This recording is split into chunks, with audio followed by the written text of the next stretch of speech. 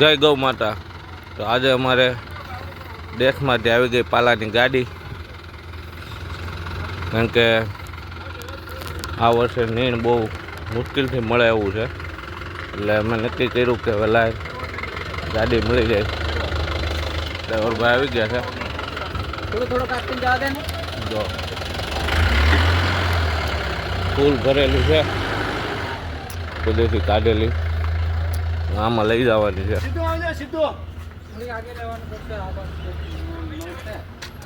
નો નડે, નો નડે, ફૂલ ભરેલો છે। આપણે જોઈએ પાલો કેવો છે। પાલો આવી ગયો છે 1 નંબર બળદ માટે। અમારા બળદના દર્શન કરાવી દઉં તમને। બળદ બધા બેસી ગયા છે, કાકાએ કરી નાખ્યો છે જુગાડ। ગયા વર્ષનો પાલો એટલો હજી બાકી છે, ઉત્તરાયણ આવશે તો પૂરો થઈ જાય। એમાં નીચે ભેદ લાગે છે, એટલે આ વખતે અમે નક્કી કર્યું કે અહીંયા તાલપત્રી પાછી અને પછી એમાં નાખી દેવું।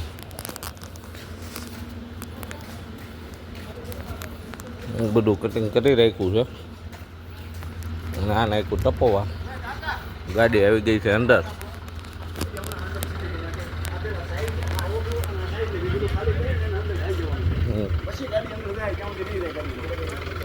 સમસ્યા આવી છે, અહીંથી ગાડી અંદર નહીં જાય અને જગ્યા છે હાકડી। હવે જોઈએ ગાડી જાય છે, કાકાનું એમ કહેવાનું છે વહી જાય, સ્વામી એમ કહે છે ન જાય। જોઈએ હવે શું થાય છે। સ્વામી કે ઉપરથી પાડવાનું, ઉપરથી તો પાડવું જ જોઈએ। ઉપરથી પાડી અને અહીંયા ગ્રાઉન્ડમાં નાખવું જોઈએ।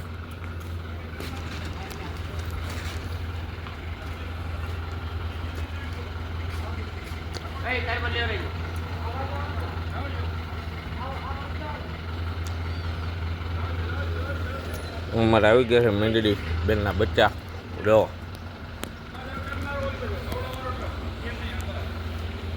ત્રણ બચ્ચા છે।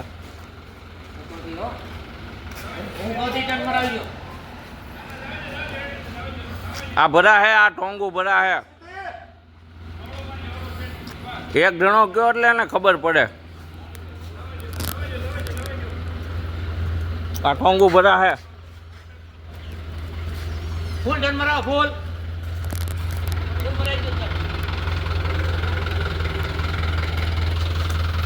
ઉપર આંબી જાહે। મેં કીધું તું એમ, એ નો ખુલે ભાઈ, નો ખુલે મારા બીરા।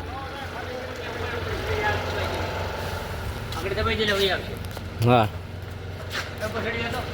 ઉપર અંબાઈ જાય, ઉપર અડી જાય, કારણ કે કેટલો ભરેલો સ્વામી? 350 મણનું કહે છે।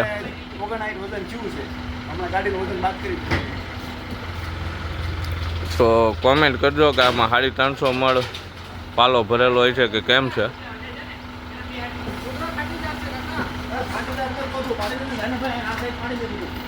ભાઈ ચડી ગયો છે ઉપર। નો જાય, ગાડી જાય પણ ઉપરથી કાઢવું પડે। ઓલી વખતે ક્યાં ગઈ તું? ભાઈ છે અમારા ડ્રાઈવર। શું નામ છે પ્રભુ આપનું?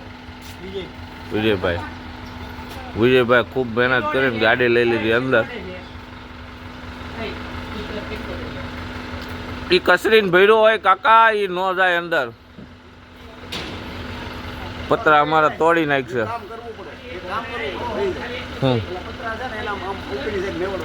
નો મળાય, તૂટી જાય। એટલો હારી લેવું, 10 ભાટ હારી લેવું ભાઈ, પાડી નાખો।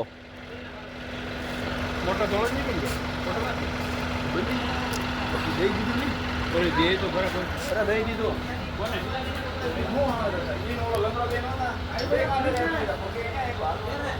આ છે અમારા બળદ.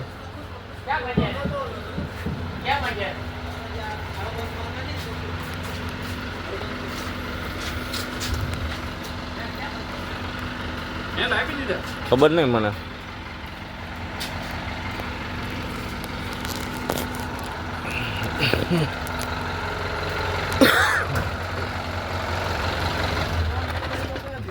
ફેમિલી અને અહીંયા પોદળા પોલા કરે છે. ધીમે ધીમે બધા ગૌસેવકો આવી ગયા છે ગાડી ઉતારવા, અને ગાડી કરવી પડી અહીંયા ખાલી, અંદર જાય એમ નહોતી અને ખોલવા માંડ્યા છે. હવે એટલું ઉતારીએ ને પછી જવા દેવાની છે અંદર. હવે ગાડી છોડવાની શરૂઆત થઈ ગઈ છે, મેં બતાવ્યું એમ. અને અમારા ગૌકુલના બધા સભ્ય આવી ગયા છે. આજ વખતે નીરની બહુ અસર હતી. અને પ્રવીણભાઈ, તમે દેવમાં ગયા હતા તો ખેડૂતોનો કેમ છે બધું? બહુ તકલીફ છે યાર.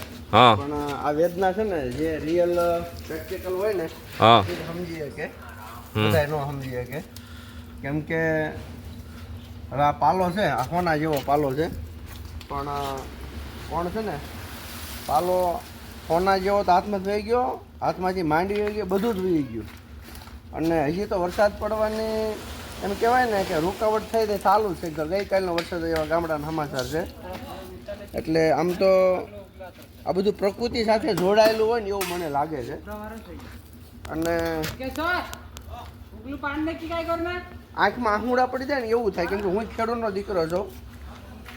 અને બસ એક ઘણા અમારા ભાવનગર વિસ્તારમાં તો પાણીવાળી જમીન બહુ ઓછી, એટલે ચોમાસાનો પાક જે આવે ને એના પૂરતું લગભગ કામ હોય. બહુ તો કપાસ હોય, અને 25-30% લોકોને મતલબમાં જે પાણીવાળો વિસ્તાર હોય 40%-30% જેટલાનો, તો એને શિયાળુ પાક થતો. બાકી લગભગ દિવાળી પછી 2 મહિના જાય એટલે કાળી ભમર બધાની, 3 મહિના જાય એટલે કાળી ભમર બધાની વहाँ થઈ પછી એમને પડી હોય. એટલે ખરેખર શિયાળાનો પાક જ, ચોમાસાનો પાક જ મહત્ત્વનો હોય. અને એ એમ કહે ને કે ધૂળ થઈ ગઈ, એટલે બહુ દુઃખની વાત કહેવાય.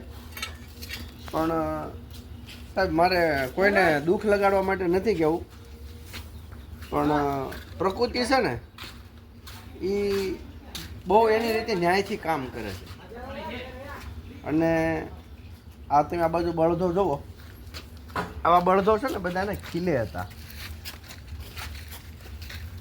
અને એક નાનપણથી વાત કરવી કે જ્યારે વાસડો થઈને જન્મે ને, વાસડો થઈને, ત્યારે એને બિચારાને પૂરું દૂધ ન મળે. સમજો બરાબર, આ બળદની વેદના સમજો. મારે તમને એક એવી જગ્યાએ લઈ જવા છે કે પ્રકૃતિ આવું શા માટે કરે છે. પહેલાં થતું હતું, નહોતું તો એવી વાત નથી, પણ આને છે ને દીકરાની ઘોડે હાંસવતા. વાસડો થઈને જન્મ હોય ને એ આનો પહેલો અપરાધ. આપણે બધાને ખોળે પહેલા ખોળા દીકરા જોવે છે, વાસડા કોઈને જોતા નથી. વાસડો થઈને જન્મે ને એટલે એને માંડ 2-4-5 ઘૂંટડા દૂધ મળે. બધા ઘરની વાત નથી, માફ કરજો. જે સ્વાર્થ ખાલી વાપરે એની પાછળની વાત છે. હવે એ 2-5 ઘૂંટડા ક્યાં સુધી એને દૂધ મળે કે જ્યાં સુધી ગાય દોવા દે. અને પછી એને છે ને છૂટો કરવામાં આવે, રસ્તે રજાવતો મૂકી દેવામાં આવે. એટલે 3 વર્ષ એને ગામના ભાટા ખાઈને, ઉકળા ખાઈને આટા મારવાના. ત્યાં વળી કોઈક એકાદ હમણાં હવે કહો કે બળદ ખાવાના બંધ થઈ ગયા, આ પહેલાંની પરિસ્થિતિની વાત છે. તો એને પકડવામાં આવે, નાથવામાં આવે. એટલે એને બિચારાને એમ થાય કે ભાઈ હાલો, મને સારો આશરો મળ્યો. સારા ખેડૂતના કિલ્લે બહુ સારી રીતે બળદો જીવે છે. પણ જે નકરો સ્વાર્થ પાછળ દોડી રહે છે એની વાત છે કે એની પાછળ પૂરું કામ લેવામાં આવે, એને તંગતોડ મહેનત કરવામાં આવે. પણ બળદ પ્રદેશ પાછી પાણી નથી કરતો. કે આપણે બધા પ્રેક્ટિકલ અનુભવ કરી ચૂક્યા છીએ. અને એમ કહેવાય ને કે સારો પ્રસંગ હોય ને, દીકરાની જાન જોડવાની તો ગાડામાં જાન જોડતી. અને આપણો માણસનો સાસો સાથી બળદ જ હતો. ટેકનોલોજી તો અત્યારે આવી. હવે એ બળદને તનતોડ મહેનત કરી શરીર એનું પચી જાય, વૃદ્ધાવસ્થા આવી જાય અને માંડ 2 વર્ષ અને 3 વર્ષ 1 વર્ષ જેવી એને આવી છે એટલું જ જીવવાનું હોય. નાતમોડો કાઢ્યા પછી મને નથી ખબર કે કોઈ 5 વર્ષ બળદ જીવી ગયો હોય એવું. તો ખરેખર એ છેલ્લી અવસ્થામાં જે બળદોને છૂટા મૂકી દેવામાં આવે ને અને પછી એની આંખમાં જે દળદળ આહુડા પડે, એની આંખમાં જે દળદળ આહુડા પડે એ વેદના કાંઈક અલગ હોય છે. આ ભાઈલાલભાઈ ઓલું તગારો લઈ લો ગમાણમાં, પેલી ગમાણમાં. અને એ દળદળ આહુડા છે ને એ કદાચ આજ આકાશમાંથી પડી રહ્યા હોય ને એવી મને ફીલ થાય છે. કેમ કે આખા જગતના પેટ ભરવા વાળાનું પેટ ન ભરાય સાહેબ, એને ભાઠા ખાવા પડે. ખેડૂતના દીકરા હતા કે આનો હું 14 વર્ષની ઉંમરે હળ આંકતા શીખ્યો એટલે ખબર છે કે બળદે ખેતરમાં શું કામ કર્યા હતા. આપણા ભાણામાં બોઘડા ભરી ભરીને દૂધ આવતા હોય ક્યાં સુધી આપણે આંગણા સુધી ગાયું હોય, વૃદ્ધાવસ્થા આવે એટલે એને છોડી દેવાની. તો પ્રકૃતિ ક્યાં સુધી સહન કરશે? મને દુઃખ છે, હું ખેડૂત દીકરો છું, મારા ઘેરે મારે પોતાને જમીન છે, એમાં આજ કપાસ ઉગી ગયો છે. પણ એ મારા મત પ્રમાણે કે જ્યારે કોઈ કર્મ એવું થતું હોય, આપણે ભલે કરતા ન હોય પણ એમાં આપણે એને એમ કહેવાય ને કે જોતા રહીએ, એની પાછળ એને કાંઈ શબ્દ કહીએ નહીં અને જેમ ચાલતું હોય પાપનો માર્ગ તો હાલવા દઈએ, બરોબર? એ પણ પાપ છે.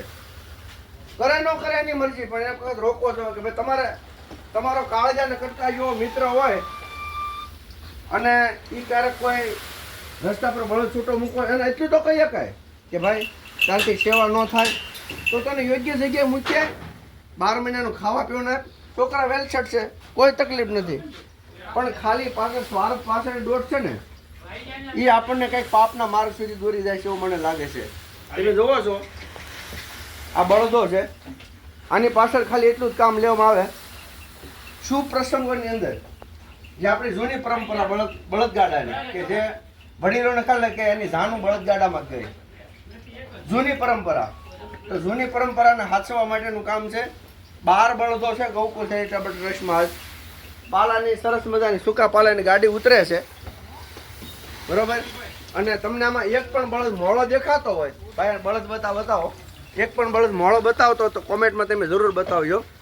અને 2 દિવસ પહેલાં વિડીયો મૂક્યો હતો કે બળદને તકલીફ છે, ખાય નથી શકતો, તો એની સતત સેવા ચાલુ છે. એને બીજી કોઈ તકલીફ નથી, ખાલી એનું શરીર પાંખું છે, હાલે છે પૂરો, કોઈ બીમારી નથી. પણ રોડે નીકળે ને તમે તો હાંસવા વગરનો બળદ છે. જો 11 બળદ હસવાતા હોય, લોહી લથબથતા હોય તો 12મું હસવાની પૂરી તાકાત હોય. પણ હવે એને કાંઈ તકલીફ છે એની પાસે આપણે મથવાનું સતત ચાલુ રાખવાનું છે. અને જ્યાં સુધી બળદ સારો ન થાય ને ત્યાં સુધી આપણે કંઈની પાસે કામ કરવાનું છે. પૈસાને બહુ મહત્વ આપ્યું નથી. બળદ કોઈ સારા પ્રસંગમાં જાય એનું મહેનતાણું લઈને આવે, એમાંથી બળદોના પેટ ભરાય. અને આની જેવા અને જે વૃદ્ધાવસ્થામાં છોડી મૂકેલા એવા હજારો બળદના પેટ ભરવા માટેનો આ સંકલ્પ છે. આ ટ્રસ્ટ 1 રૂપિયાનું દાન લેતું નથી.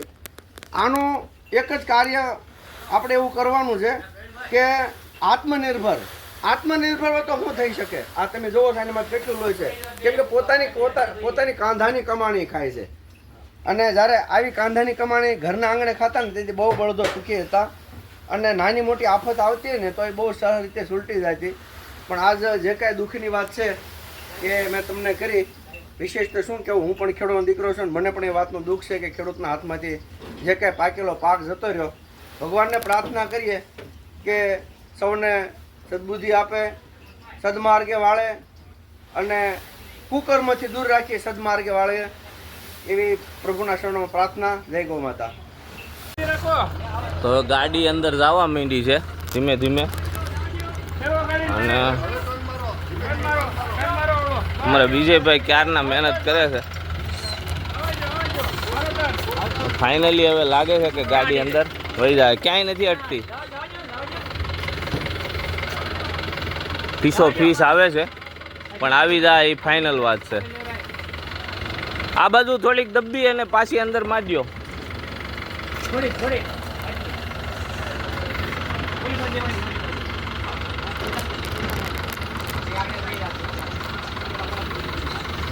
મારો ટર્ન હવે વિજયભાઈ.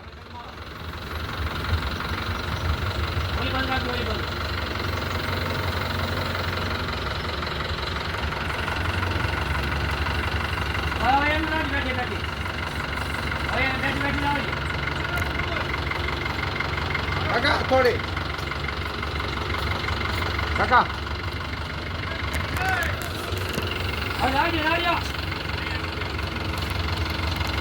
ગાડીના પ્રયત્નો ચાલુ છે અંદર જવાના પણ જાય છે.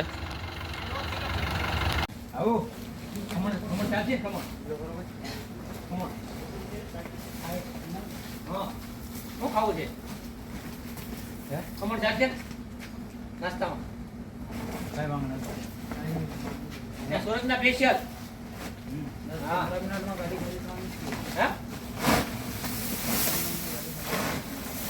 કેમ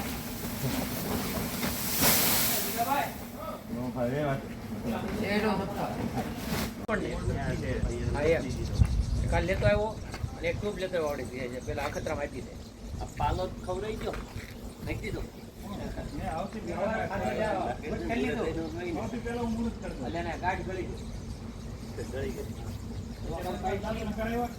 થોડી દવા ટ્યુબ લાવી ગળી ગઈ ખાવા પાલો સારો છે. એટલી બધી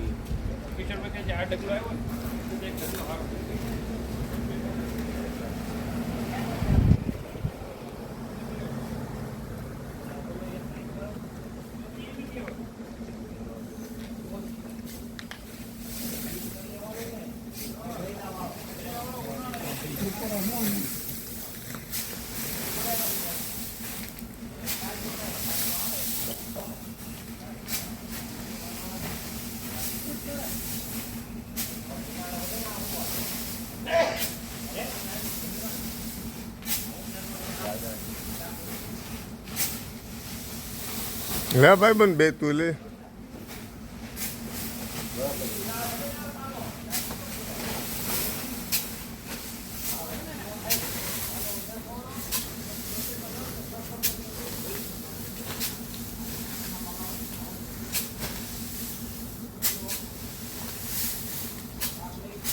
Ini